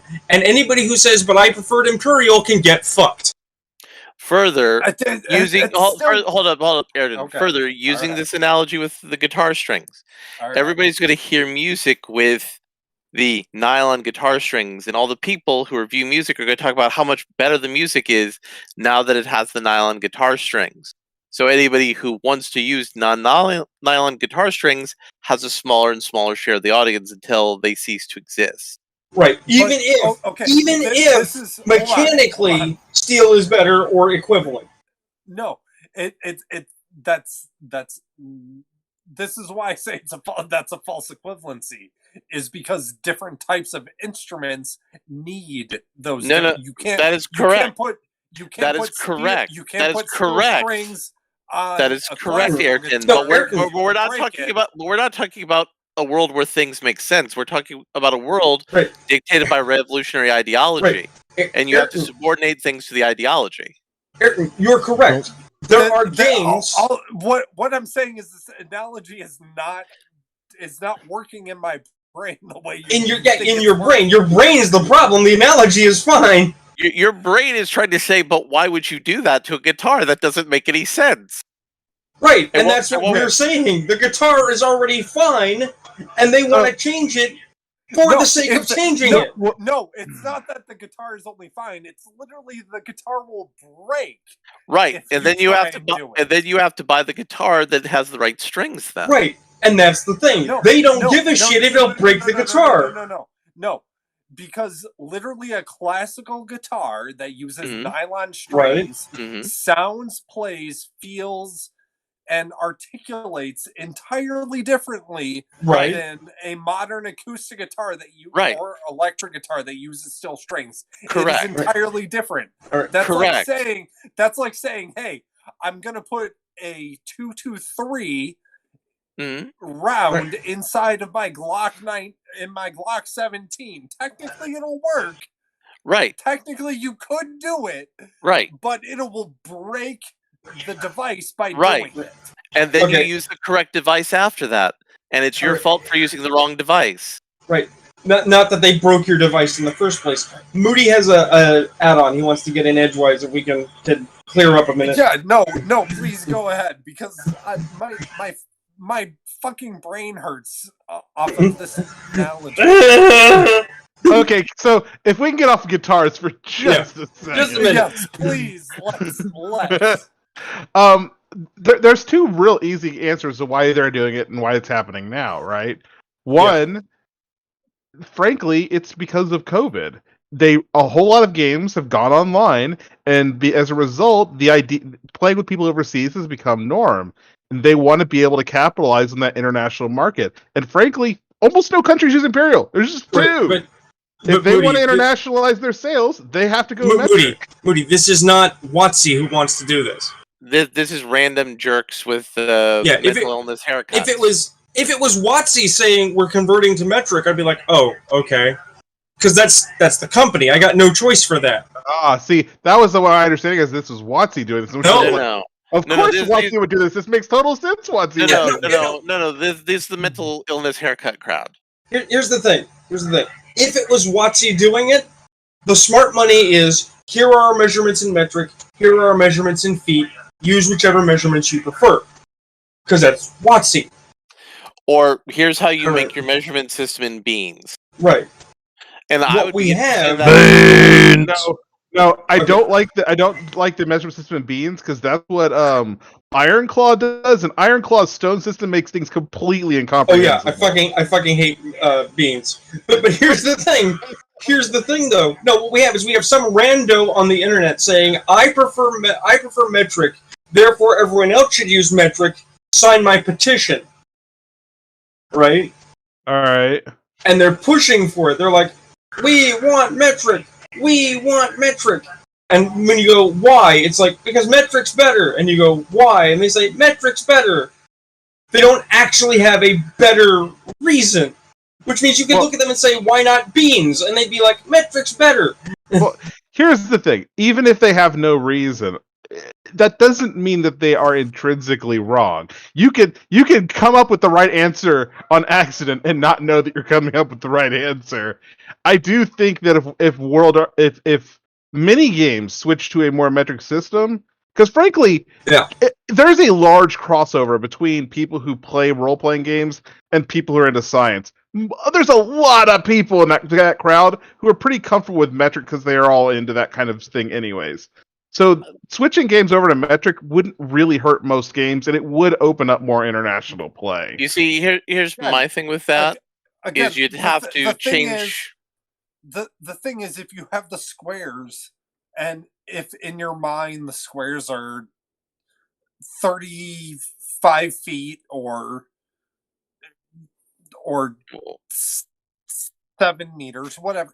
It doesn't matter. You're still moving 2 squares. Why does it matter what term you're using?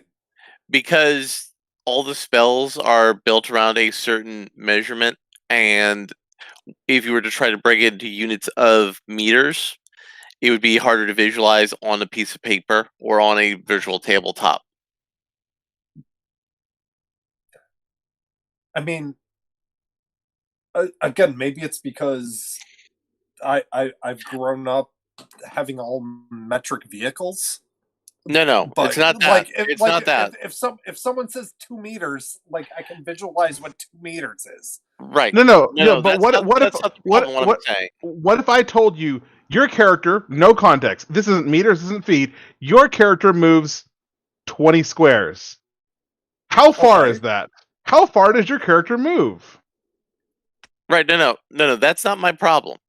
Because if you're trying to picture, did your character cross a room or did your character cross a neighborhood, is a big difference. Right, and I play in games that run in metric, and we ignore that because we set the games in America. But that's not the point of this problem. The point number one is that you would basically have to retool the mechanics of D&D, which is why they're doing this petition, because the big talk is they're not doing 6th ed, they're going to do a 5.5, which is a remaster of 5th ed. Which is its own weird thing going on which there. may or may not be happening yet. So that's one thing, but this is about their desire to create a panopticon where they control what is acceptable and not acceptable behavior, and they want to reshape people into being like them. That's the whole purpose of all of this. They want to break your guitar by making you play with the wrong kind of guitar strings. I mean, No, do you think it's as bad as guitar strings, or do you just think they're trying to make you play on a certain key? Well, at the end of the day, at the end of the day, they want to break the things that you have that are different, so that you're forced to conform to the norm. They want conformity. They don't care if you're playing guitar, as long as you're playing guitar that they're playing. So long as you're on the right side of guitar history. And I get what you're saying, but let's say, for example, you're building a game. 1 square is 3 feet / 1 meter. Yeah, right. At that point, let's just say at that time and place, doesn't matter which term you use, because it's the same thing. Yeah, I would actually agree, and that actually might be a smart move. It'd be just to retool the mechanics of the game to being in 3-foot increments, and then you can switch back and forth between the whichever your preferred Yeah. measuring system is. And the big thing is you got to rejigger a lot of the measurements in the spells, which is annoying because a lot of the measurements in the spells for D&D are dumb. And a lot of things in D&D 5th Ed are like, you have magical fire and I shoot at something. Well, it doesn't set other things on fire. Well, yes, it does because it's fire. And I just shot a thatched roof hut. Oh. So the hut's on fire. Well, that's a different issue. Just going off of the measurements, if you say 1 square is 3 feet or /1 meter, doesn't matter which term you use because it's the same thing. Yeah. But my problem is more it's clunky and unless you're completely overhauling D&D, number one, and number two, more importantly than number one, it's not being done because they want to make the game better. It's because they want to control the people who are playing the game and make those people follow the correct behavior. And again, I agree with you. If it's being done just out of spite to control people, that's shitty. But if it's being done out of pure like logical reason, like this is the same thing, so why does it matter which one we use? I don't see the issue. Ayrton, that's the thing though, right? If it was WotC releases another edition and they just make the change, and it's just the change, this is just the new math, sorry guys, right? There's no problem. Right. The question is, why right now, specifically, under this alignment, at this, Viridian,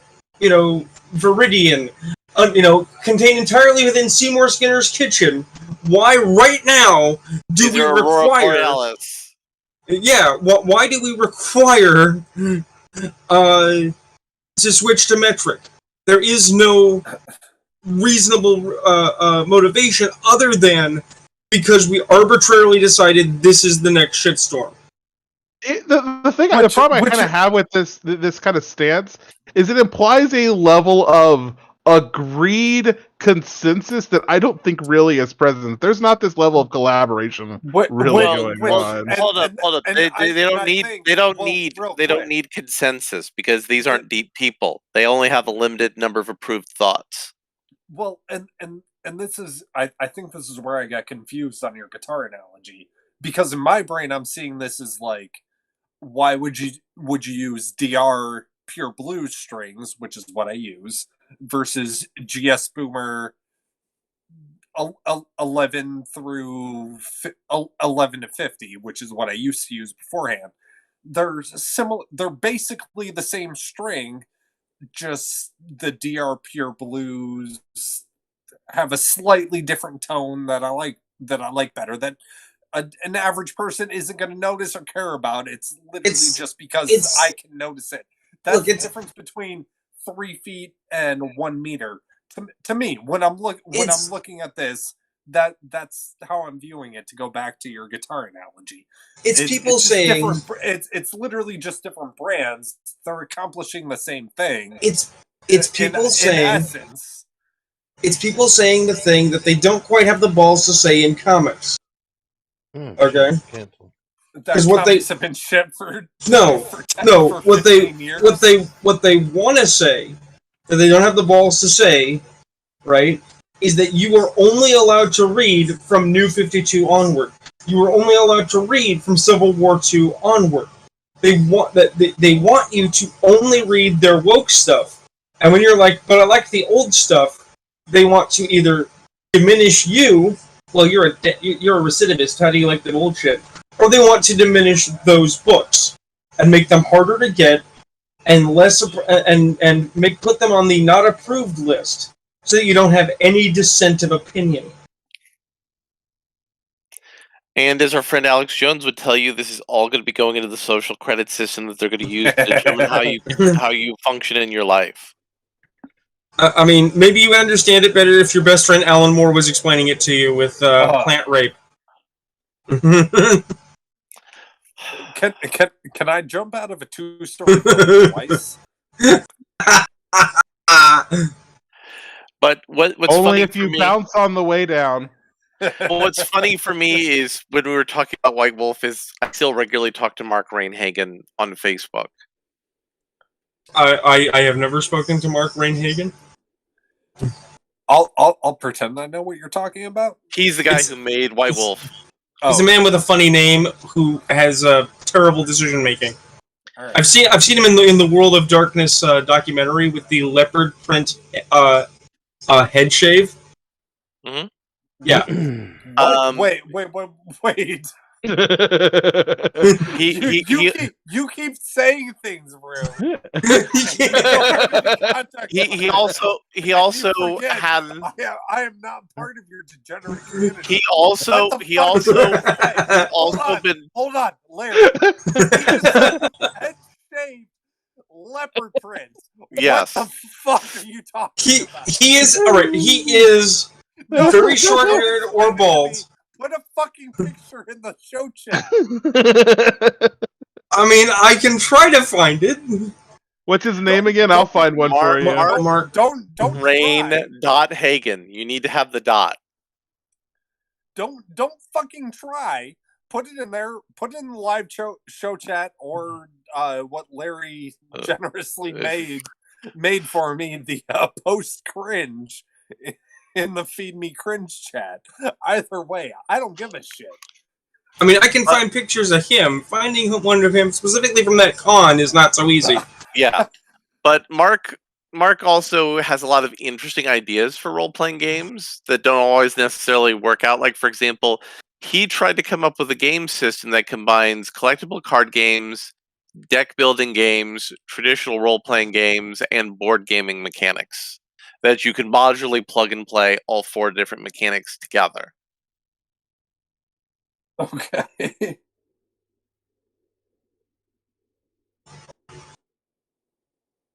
And I could talk about one of those because I wasn't NDA'd on that, and that's I Am Zombie.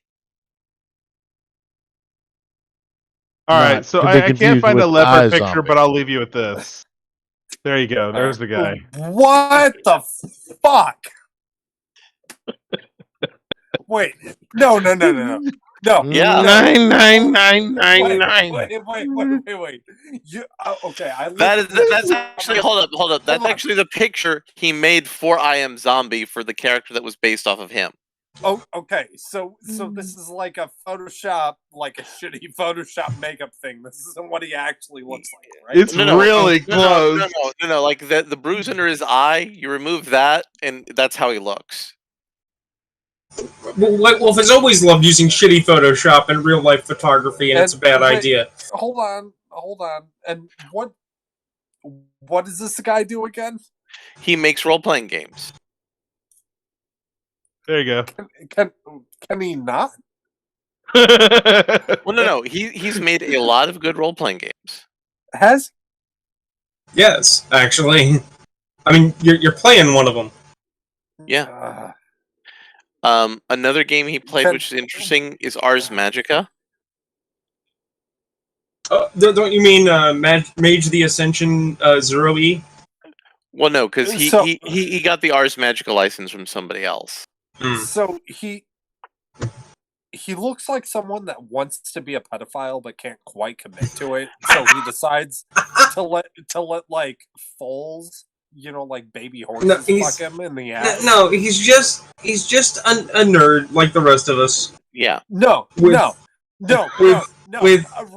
Rune, I am giving you credit. You do not look as creepy as that. Also, when I've seen a picture of your face, I do not think like, likes to have an adolescent horse cock up his ass. No, this guy most definitely. Also, would want to have an adolescent horse cock up his ass. Keep talking, Ayrton. I can just see my job opportunities melting before my eyes. Okay. Also, Mark is a person who moved from the state of Georgia to the other state of Georgia. All right, you're proving my point. Because looking at this guy, he looks like, you know what? Pedophilia sounds interesting. He probably watches Vouch on YouTube. Now wait a minute, Ayrton. No. No, this. No, Ayrton. no, this guy is totally interested in it, but he's a little just too nervous.